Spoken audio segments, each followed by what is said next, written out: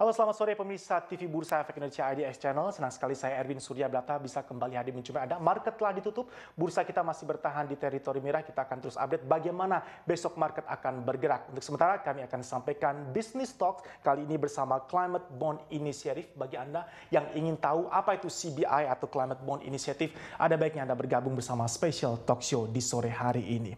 Pada hari ini, Senin tanggal 5 Februari 2018, Climate Bonds Initiative atau CBI melakukan kunjungan ke Bursa Efek Indonesia BEI. Kunjungan ini bertujuan untuk memberikan wawasan kepada perusahaan-perusahaan tercatat yang ada di bursa kita mengenai seberapa jauh peluang penerbitan efek yang berwawasan lingkungan atau biasa dikenal dengan Green Bond, serta juga sekaligus memperkenalkan apa itu CBI. CBI adalah salah satu lembaga di dunia yang dapat membantu dalam penerbitan Green Bond. Bursa Efek Indonesia BEI sendiri telah bergabung menjadi mitra dari CBI. BEI perlu kita ketahui merupakan bursa efek ke-6 yang menjadi mitra dari CBI dan juga sekaligus merupakan bursa efek pertama khususnya di kawasan Asia Tenggara yang bergabung dalam program kemitraan CBI. Apa itu CBI? Berikut informasi selengkapnya untuk Anda. Climate Bonds Initiative atau CBI adalah sebuah organisasi internasional yang berusaha mempromosikan investasi berskala besar untuk menuju perekonomian yang rendah karbon dan ramah lingkungan. Strateginya adalah dengan cara mengembangkan pasar surat utang berwawasan lingkungan atau green bonds yang besar dan liquid. CBI juga berperan memberikan model kebijakan dan saran kepada pemerintah, data pasar dan analisis, serta skema standar dan sertifikasi internasional untuk green bonds. Pasar green bond sendiri memang telah cukup berkembang. Data CBI menyebutkan di tahun 2017, nilai penerbitan green bonds mencapai 155,5 miliar dolar Amerika. Angka tersebut meningkat 78% dibandingkan tahun 2016, yang hanya 87,2 miliar dolar Amerika. Dan di bulan Januari 2018, jumlah penerbitan green bonds telah mencapai 8,1 miliar dolar Amerika.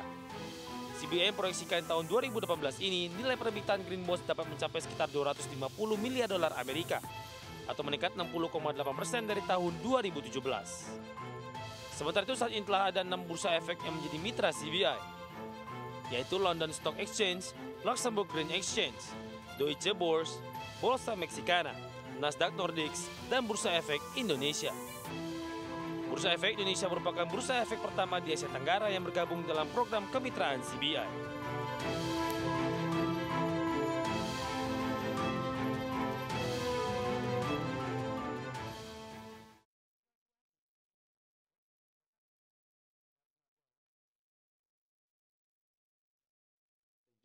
Ya, di studio Bursa Efek Indonesia senang sekali sore hari ini kita telah menghadirkan narasumber Mr. Sean Kidney. Beliau adalah CEO langsung dari Climate Bonds Initiative atau CBI. Kebetulan CBI hari ini juga membantu menutup market bersama Bursa Efek Indonesia. Mr. Kidney, thank you so much for your time. Really appreciate it. All the way from London. What should the investors, the trader, and our business viewers understand about CBI? Well, look, we're an NGO. Our job is to grow capital investment in climate change solutions. A lot of people don't know this, but the Paris Agreement 2 years ago was signed by every country in the world now to address climate change by keeping temperatures down to 1.5 or 2 degrees. This is actually a big deal. The US has said it's going to withdraw, but in fact they can't withdraw until 3 days after Donald Trump's presidency finishes. So we'll see what happens there. What you need to know is that there is vast challenge to the planet around climate change. On current predictions, Jakarta will be underwater around 2060, permanently, not just the flood that's coming through tonight from the higher land. We will see heat stress, increased heat across Indonesia will be the norm.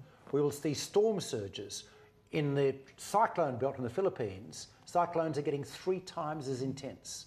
There's all sorts of impacts around climate change. So what we've got to do now is get together as a world and make sure we don't go to the worst possible outcome, what they call catastrophic climate change, where frankly we lose a lot of the world's population for a variety of reasons. Look, I'm not going to go to the details. All I'm really going to say is every country in the world is currently, every country in the world is a signatory. The US is saying it's going to withdraw, one. Every single national climate science academy in the world, including the US and the Saudi Arabias, says this is happening. So, ignore the rest, you've just got to get onto the job.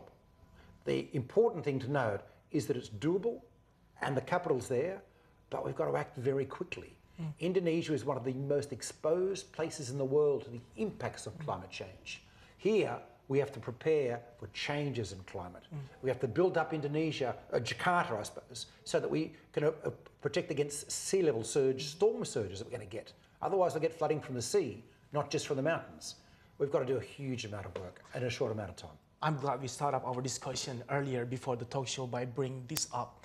You strongly disagreed when I asked you, sir, do you think when we talk about how progressing is it, making go green or environmentally friendly business or even the climate change issue as a norm, people start questioning, people start doubting, and you said in a very firm statement, no, we are still on the right path. What it takes actually to refresh the idea of going green, and later on we are going to bring this into more specific issue, green bond. But first of all, how is it progressing when we talk about making green as a norm? Because some people start doubting it. We talk about the Paris Agreement and how, well, maybe we shouldn't bring this up all the time, but how one even world leader doubted about the Paris Agreement and said something need to be readjusted. How do you take on this? Look, I meet people who think the world is flat, but I can tell you it isn't because I've just flown around from London and I'm going to fly back the other way. So there's a kind of hint there that maybe they're wrong.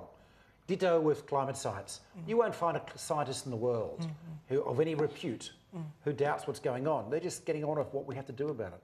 And that's how it works. If we want to build a bridge, we don't go and ask the people in the village next door whether that's the right kind of bridge or whether it's going to be strong enough. We ask an engineer. When it comes to climate science, the same thing. If you're in an aeroplane, you're getting in an aeroplane and you're told that you have even a 15% chance of that aeroplane crashing, right. Would you get in it? No way, Jose. Definitely not. So we're told by climate scientists there is somewhere between a 15% and 75% chance of catastrophic climate change. Good enough for me. And what do we lose?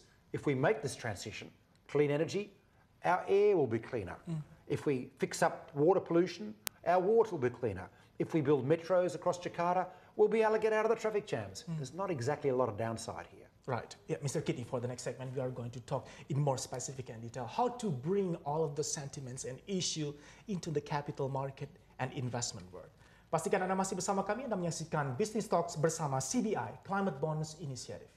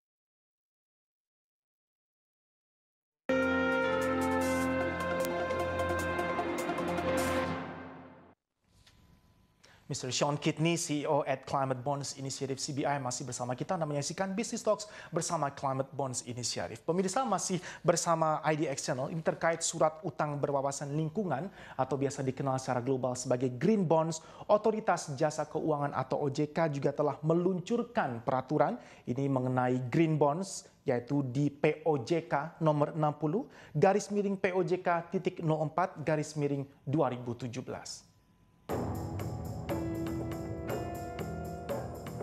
Dalam siaran pers tanggal 29 Desember 2017, Otoritas Jasa Keuangan atau OJK menyebutkan bahwa pihaknya telah mengeluarkan peraturan OJK tentang penerbitan dan persyaratan efek bersifat utang berwawasan lingkungan atau green bond. Hal ini sejalan dengan rencana pembangunan jangka panjang untuk mewujudkan Indonesia asri dan lestari melalui pemanfaatan ekonomi sumber daya alam dan lingkungan yang berkesinambungan. Dilaporkan oleh sejumlah media pada Januari 2018 lalu, Kepala Eksekutif Pengawas Pasar Modal OJK, Hossein, mengatakan sudah ada 2 perusahaan yang tertarik menerbitkan green bonds. Sementara itu, Direktur Surat Utang Negara Direktorat Jenderal Pengelolaan Pembiayaan dan Risiko Kementerian Keuangan, Loto Srinata Ginting, juga mengatakan banyak investor mulai mengalokasikan dana untuk berbagai instrumen investasi ramah lingkungan. Menurutnya, investor baik swasta maupun pemerintah sudah mulai mengeksplorasi untuk merumuskan produk-produk yang sesuai dengan kualifikasi green bonds. Akan tetapi, tidak sembarang perusahaan dapat menerbitkan green bond. Karena untuk menerbitkan green bonds, perlu ada evaluasi dan verifikasi untuk menilai bahwa suatu surat utang memang layak dikategorikan sebagai green bonds.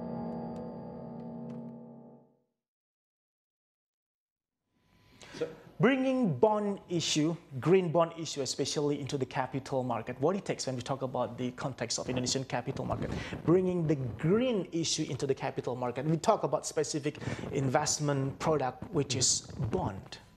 Well, look, let's start off with a whole pile of people, institutional investors, pension funds and insurance funds around the world, who are worried about climate change. We had at the UN Climate Summit a couple of years ago, Ban Ki-moon, the Secretary General, investors representing $60 trillion of assets under management. 60 trillion. The US economy is 17 trillion a year. Say climate change is the biggest long-term threat to their portfolios and they wanted to invest in solutions. They said, give us things we can invest in. That's why I'm here today, because they want to invest. And this green bond market has not been driven by governments, has not been driven by NGOs, it's been driven by long-term investors, pension funds and insurance funds. Now, you give them 2 products. One is an ordinary bond, and one is, and remember that they're 60 to 80% in bonds, institutional investors, and one's a green bond at a similar yield and similar risk, but the proceeds go to address a long-term challenge, climate change. Which one are they going to buy? And that's what's happening globally. So we've seen this market grow between 60% and 100% every year for the last few years, and it's going to go again this year, 60%. We have $155 billion of issuance last year. So it's really strong investor demand driving this. And now we're seeing governments, like the Indonesian government, who have to meet their climate change goals under the Paris Agreement, thinking, oh, maybe I can use this green bond market.